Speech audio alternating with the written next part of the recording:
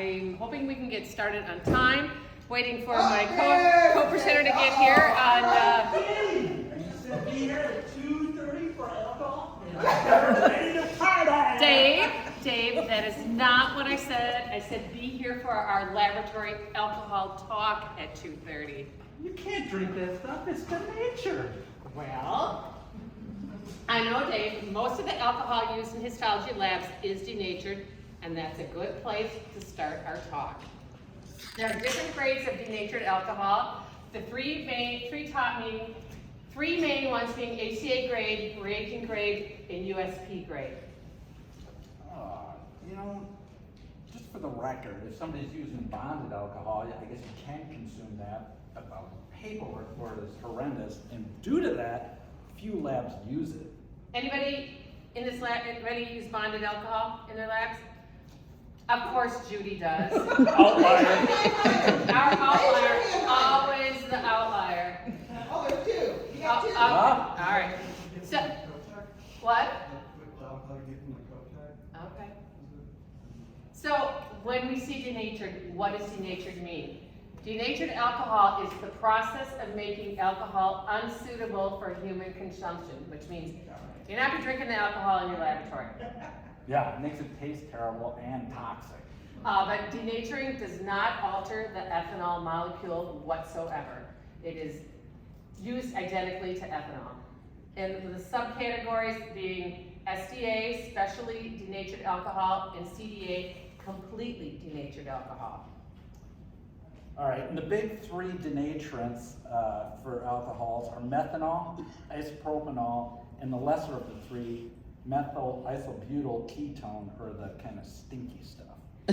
So this would be an example of what a denatured alcohol would look like. You would have the majority being ethyl alcohol, and it could be diluted with a 4% of methyl, 9% of isopropyl, and 1% of the stinky stuff. So this is just an example of what a denatured alcohol might look like. So let's take a closer look at what these denaturants are. Methyl alcohol, poisonous, fatal if consumed, which pretty much all of these are, right, Dave? I would think so. You drink enough of the regular stuff, not so good either. Methyl alcohol is also known as wood alcohol, wood spirit, methylated spirits. Methyl alcohol is added to formalin as a stabilizer. Does anybody, if you've ever looked at an SDS for a formalin, methanol is in there. Anybody know why? To make it liquid. No. Good answer. Come on. Without methyl alcohol, the formalin would polymerize to paraformaldehyde. It would turn out to, so you have to have methyl alcohol in your formalin. Isopropyl alcohol. And for isopropyl alcohol, it's an excellent standalone substitute for ethanol for tissue processing, and because it also has clearing properties, it can be used in xylene-free processing. Nice. And so the methyl isobutyl ketone has an odor similar to mothballs. It can irritate the eyes, and breathing vapors is dangerous. Anybody use methyl isobutyl ketone? Ever heard of it? I actually have never heard of it, but Dave made us talk about it. I will. All right, now let's get everyone on the same page for the different classifications of alcohol.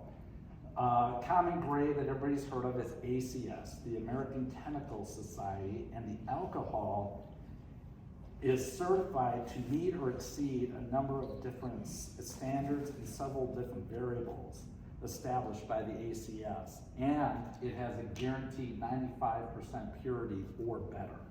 So next is reagent grade, which is generally equal to ACS grade, but it is not tested to those standards, and it's suitable for all laboratory applications. It may be a little bit less expensive because it's not tested to the exact standards, but it should be essentially the same. Here we go. Never mix up a Friday night IPA. Laboratory IPA. Please. That's the takeaway. Never do that. So when I see IPA for isopropyl alcohol, I immediately think of IPA the beer. Isopropyl alcohol poisoning is the most common toxic alcohol ingestion reported to the U.S. Poisons Control Centers annually. So again, don't be drinking this stuff. All right, so Gene, are there certain alcohols that we should or should not consider for processing applications? Processing alcohols, ethanol, isopropyl, all the denatured alcohols. In your processing, the initial alcohol on your processor should be 70% or less. Does anybody know why? You don't want to go from neutral buffered formalin directly into a 95%. Anybody have a clue? You need the lower alcohol, 50, 60, 70% as your initial alcohol to maintain the buffered salts and neutral buffered formalin. If you go directly into a 95%, those salts can precipitate out and can be absorbed into the tissue and give you precipitate in the tissue. So you need to have, you should start in the 70% or less. And with methanol, that's typically used in cytology for blood smears. And then there's also butyl alcohol that's for plant tissues. Staining alcohols, ethanol, and the denatured alcohols. Some stains, isopropyl can be used, but some stains and dyes are not soluble in isopropyl, so it probably is a better alcohol to stay away from for staining alcohols. All right, and probably another big question on everybody's mind is, does laboratory alcohol expire, or does it age like a fine wine? Well, I don't think we consider our laboratory alcohol to age like a fine wine, and most laboratory alcohols will have an assigned shelf life of 2 to 3 years, although it will last longer than 2 to 3 years. But due to regulatory agencies, there has to be an expiration date on everything in our labs. And alcohol will evaporate over time, and reducing the concentration, variable concentrations over time.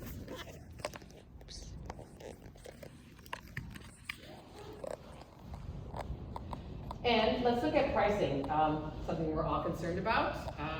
Actually, when I first started in the laboratory, I just used to order the cheapest alcohol that was on the list. And whether it was the right alcohol or not, I don't know. I was confused about this as to what to order. So typically you'll find that ACS graded alcohols may cost a little bit more due to the certification process.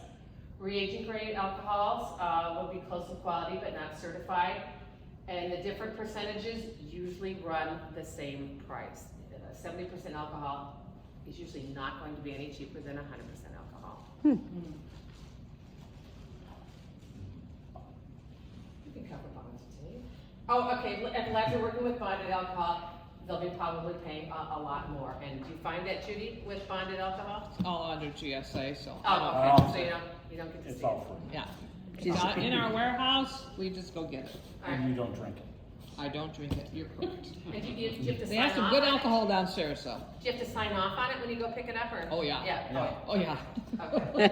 And when it comes to isopropyl and methanol, expect to pay a little bit more per unit just due to the economy of scale of production. As you can imagine, much more production is going into ethanol, and so with the discrepancy, isopropyl and methanol are going to cost more per unit.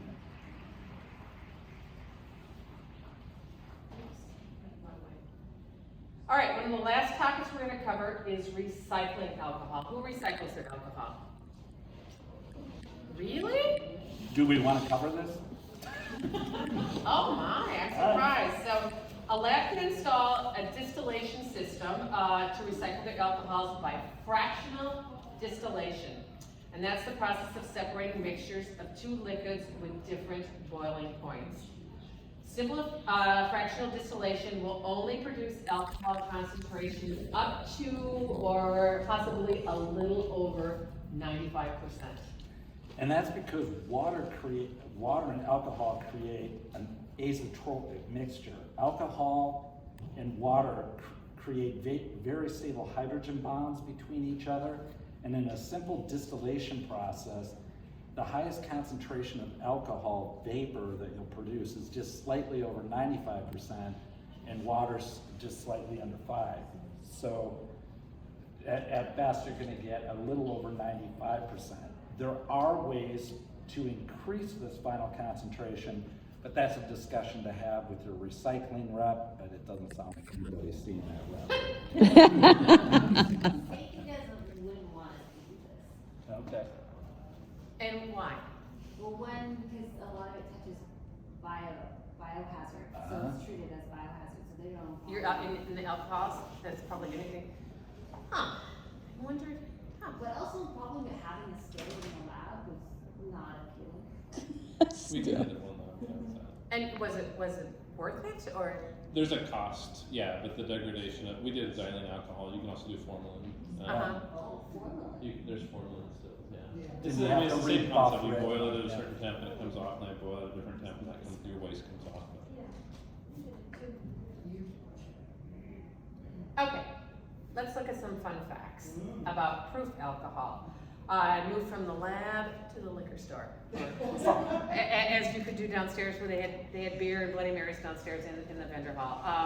And it's clear up the confusion that can happen when one looks at the alcohol concentrations as proof versus percentage. Proof is simply twice the actual percentage of alcohol in a given product, known as the alcohol by volume, or ABV. It should be noted that anything above 100 proof is flammable. Dave, 100 proof is what percentage? You didn't tell me we were doing math. Well, you can do it. All right, I think it's 50%. All right. All right, do you know how the word proof came into the lexicon of alcohol? I think you're gonna tell us. Yeah. Back in the 18th century, and I think Judy knows this. Because you were there. What are you saying, You were But back in the 18th century, when alcohol began to be traded and sold, buyers needed proof of what they were purchasing. Knowing that alcohol was flammable at 100 proof, they would soak gunpowder in it, and if they could fire a bullet, they had their proof. Interesting. All right, we are now at the end of our presentation, and this is where you guys get to choose. We can go through this boring list of terms. Very boring list of terms. And do a quick summary, or we could do a song. But if we're gonna do that, one, we need a volunteer from the audience, and two, we need everybody to participate.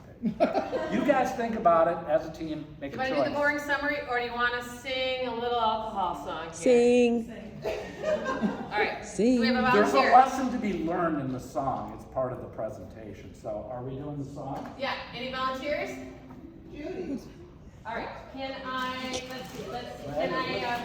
Can I tempt I don't know if I know the song, Can do I I? tempt Wait, somebody wait. with a pillow? Who's Come gonna- on, I'll do come it up for a For a pillow. pillow. Come on up for a pillow. There you go. All right. Copper stain or mast cell? This is a copper stain and this is a mast cell. All right. All right. All All right, everybody knows the song "We Will Rock You," right? Oh, yeah. If you're sitting in the audience, read it up. Okay. Come on, people. Come on. Back row, you gotta keep clapping. Gloves on hands, working with alcohol's glassware stains. Mixing and matching in precision we trust. Our staining experience never a bust. We won't drink you. Everybody now. We won't drink you. Oh, second. Dressing and bedding on my mind. Staining sections slide by slide.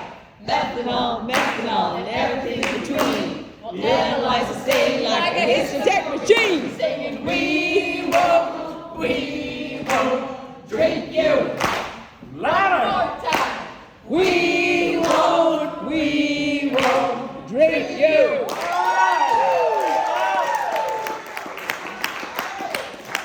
Thank you. Thank you so much. Wait, will you send us the lyrics? Will you send us the lyrics? It's on your slides. That's proprietary. So, You can have the lyrics. any questions questions, we can take time for questions, any questions, comments, we are at the newcomer booth, you can come and find us down there. Yes? Wait. Wait. Speaking of real alcohol though, please, if we're gonna be around Monday night, we are having a happy hour at the Pratt Ale House. The Ale House, the Pratt Street Ale House. On Monday. 4:45 to 6:45. And if you're going to the baseball game, it's before that, so it won't conflict. Did you say it's 1:45? No, I will. Gene will be there at 1:45. No, I have to get a talk at 2:30, so Everybody want 4:45 to 6:45.